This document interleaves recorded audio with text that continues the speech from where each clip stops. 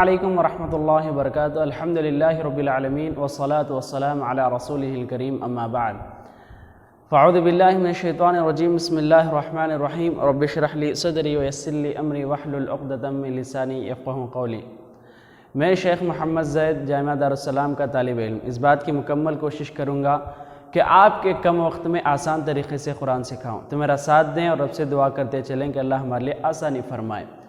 تو ہم قرآن سیکھنے کے لیے سب سے پہلے جو اہم ضرورت ہے، جو اہم چیز ہے، جسے ہم اپنی بنیاد کہہ سکتے ہیں، جس کو سیکھنا اچھے طریقے سے سیکھنا بے حد ضروری ہے، تو اس وجہ سے ہم پہلے نورانی قاعدہ کے جو اسباق ہیں اس کو کم ہی طریقے سے اور کم اسباق میں آپ کو مکمل کتاب پڑھانے کی کوشش کروں گا۔ تو آج کا ہمارا پہلا سبق ہوگا مفردات۔ مفردات اس سبق کا نام ہے۔ اگر ہم سبق کا نام آسانی سے سمجھ جائیں تو باقاعدہ اس کے متعلق تمام احکامات اور اس کے شرائط جو بھی ہیں، اس کے قواعد جو بھی ہیں، تمام کو بہت ہی آسانی سے سمجھ سکتے ہیں۔ تو پہلے میں مفردات کو سمجھانے کی کوشش کروں گا، اس کے بعد آپ کو سبق میں لے کر جاؤں گا۔ تو پہلے ہم مفردات کے لفظ کو اگر کھول کر بیان کریں تو فرد اور افراد۔ فرد ہم سمجھتے ہیں کسی ایک آدمی کو فرد کہتے ہیں، اس کی جمع افراد ہے۔ تو فرد اور افراد چند لوگوں کو، ایک گروپ آف پیپلز کو کہتے ہیں، جسے انگلش میں پیپلز کہتے ہیں، ان لوگوں کو فرد اور افراد کہتے ہیں۔ اسی لفظ سے نکلا ہوا مفردات ہے۔ تو مفرد اس کی جمع ہے اور مفرد واحد ہے اور مفردات اس کی جمع ہے۔ مفردات الگ الگ حروفوں کو مفردات کہتے ہیں، الگ الگ حروفوں کو مفردات کہتے ہیں، جیسا کہ انگلش میں اسے لیٹرز کہتے ہیں۔ جو عربی کے الفابیٹ لیٹرز ہیں اسے مفردات کہتے ہیں۔ تو مفردات لفظ کو آپ سمجھ جائیں تو باقاعدہ اس کے حروف کو باقاعدہ سمجھ سکتے ہیں، وہ بہت ہی آسان طریقہ ہے۔ تو مفردات کے حروف کیا کیا ہیں اسے پڑھنے کی کوشش کریں گے۔ تو یہ ہمارے مفردات ہیں جسے انگلش میں الفابیٹس کہتے ہیں۔ تو یہ عربی کا الفابیٹس ہیں۔ عربی کا الفابیٹس مکمل 30 ہیں۔ بعض مفسرین جو عربی دان ہیں اس کو بسپر 9 کہتے ہیں۔ بسپر 9 اس وجہ سے کہتے ہیں کہ آخر میں جو دو یا اور یا دو بھی یا ہے اور اس کی آواز ایک ہی ہے، تو بعض لوگوں اسے دو ملا کر ایک ہی شمار کرتے ہیں اور بعض اسے الگ الگ شکل ہونے کی وجہ سے اسے الگ الگ کہتے ہیں۔ تو اس سے ہم کو کچھ بھی تعلق نہیں، 30 ہو یا بسپر 9 ہو، ہم کو اسے پڑھنے کا صحیح طریقہ چاہیے جو اس کے ذریعے سے ہم آسانی سے قرآن بہت ہی تجوید کے ساتھ پڑھتے ہیں۔ یہ ہمارا پہلا بیس ہے جسے پڑھنا اور جسے ہمیں صحیح طریقے سے یاد کرنا بے حد ضروری ہے۔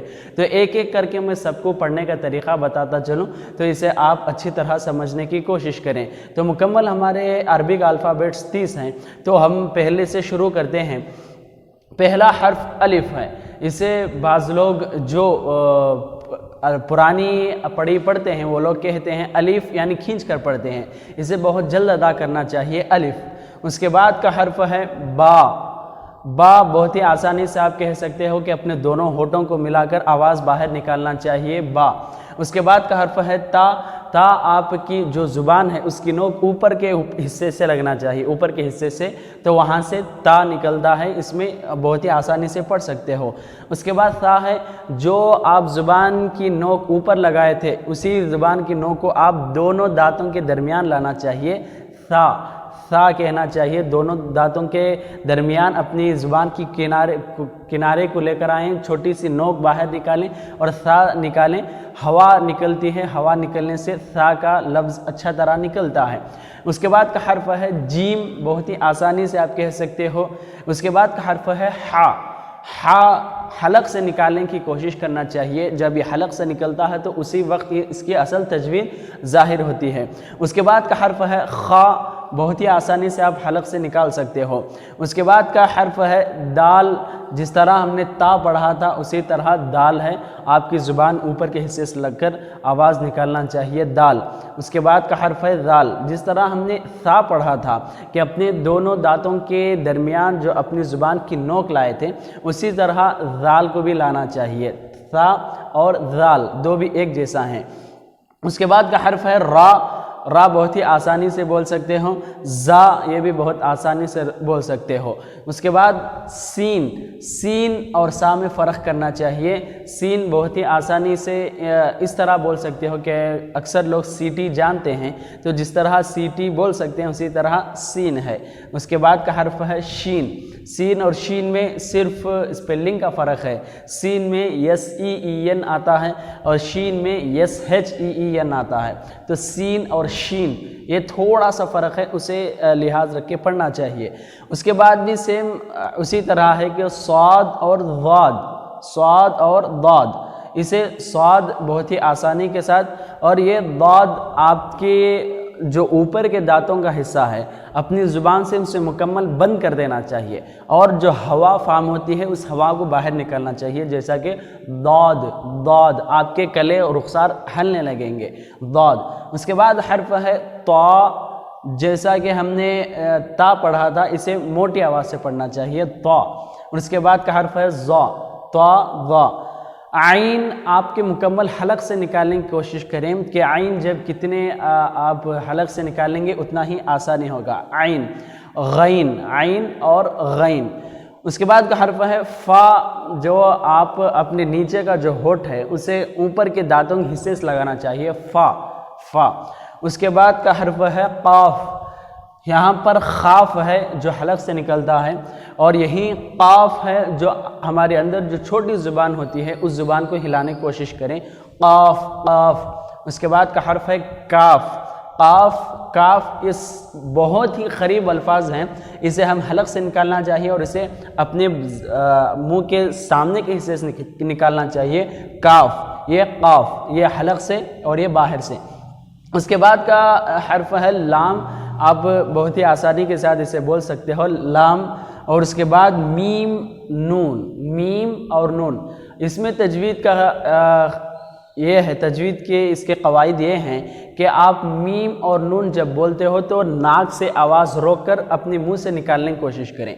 ناک سے روک کر منہ سے کیسے نکالنا چاہیے تو میں اس کو دو طریقے سے بتا دوں کہ پہلا طریقہ جو غلط لوگ پڑھتے ہیں وہ طریقہ کیسا ہوتا ہے کہ جب بھی وہ میم اور نون پڑھتے ہیں تو ان کی پوری ہوا، ان کی پوری آواز ناک سے نکلتی ہے، جیسا کہ دیکھو میم، اس طرح آواز بجتی ہے۔ جب نون کہتے ہیں نون، یہ غلط طریقہ ہے۔ اس کا صحیح طریقہ کیا ہے کہ جب آپ میم اور نون بولتے ہو آواز کو روک کر منہ سے نکالنا چاہیے، ناک سے نہیں، جیسا کہ میم، آپ کی ناک ہلانے کے باوجود بھی آواز نہیں آئے گا، نون۔ تو اس طرح میم اور نون کے قواعد یاد رکھیں۔ واو بہت ہی اچھا لفظ ہے جو اکثر لوگ جانتے ہیں، واو۔ اور ہا، یہ گول دائرہ ہے جو اس کے الگ الگ شکلیں انشاءاللہ آگے بتاؤں، تو یہ ہا ہے جو اس کے مخالف ہے۔ یہ ہا اسے ہم حلق سے نکالنا چاہیے اور یہ ہا ہم معمولی سے کہنا چاہیے۔ ہا سے ہی نکلا ہوا حمزہ ہے، تو حمزہ بہت ہی آسانی سے کہہ سکتے ہوں اور اسے بھی ہلکے آواز سے کہنا چاہیے۔ یا اور یا دونوں یا ہیں۔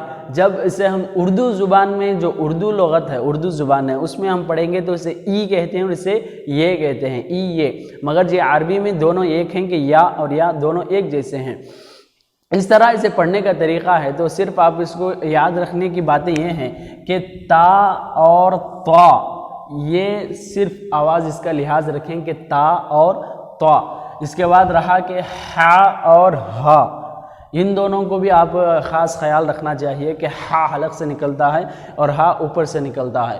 رہا رال، زا، ضاد، ظا، یہ دیکھو یہ بہت ہی اکثر لوگ اس میں کنفیوز ہو جاتے ہیں کہ رال پڑھنا اور زا پڑھنا، اس دونوں میں جب قرآن میں لفظ آتا ہے تو سارے کے سارے لوگ زا ہی پڑھ دیتے ہیں، ذالکا کہتے ہیں، جبکہ زال کو نرم آواز کے ساتھ اور اپنے دانتوں کے درمیان زبان کی کونی لانی چاہیے، اس کے بعد کہنا چاہیے کہ زال، اس کے بعد ہے زا، اسے مکمل اپنے دو دانتوں کو ملا دینا چاہیے، زا، اپنے دو دانتوں کو ملا کر بولنا چاہیے۔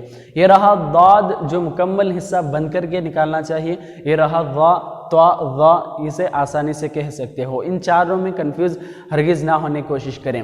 رہا قاف اور کاف، اس میں بھی تھوڑا سا فرق ہے، وہ بھی آپ کو میں بتا دیا ہوں کہ قاف، قاف خاف جو ہے قاف جو ہے اسے حلق کے اندر سے نکالنا چاہیے، اور یہ کاف جو ہے بہت ہی آسانی سے آپ کہہ سکتے ہو، اس طرح اس کے الفاظ ہیں، یہ یاد رکھنے کی کوشش کریں۔ ایک بات جو اکثر غلطی کرتے ہیں سا اور سین میں، کہ جب بھی یہ قرآن میں لفظ آتا ہے تو وہاں پر سا اور سین ایک ہی جیسا پڑھ دیتے ہیں، اور سا کو بھی سین کی آواز میں پڑھتے ہیں، اس وجہ سے سا پڑھیں جو مکمل دانتوں کے درمیان زبان رکھ کے نکالنا چاہیے سا، اور یہ سین ہے جو دانتوں کو ملا کر نکالنا چاہیے۔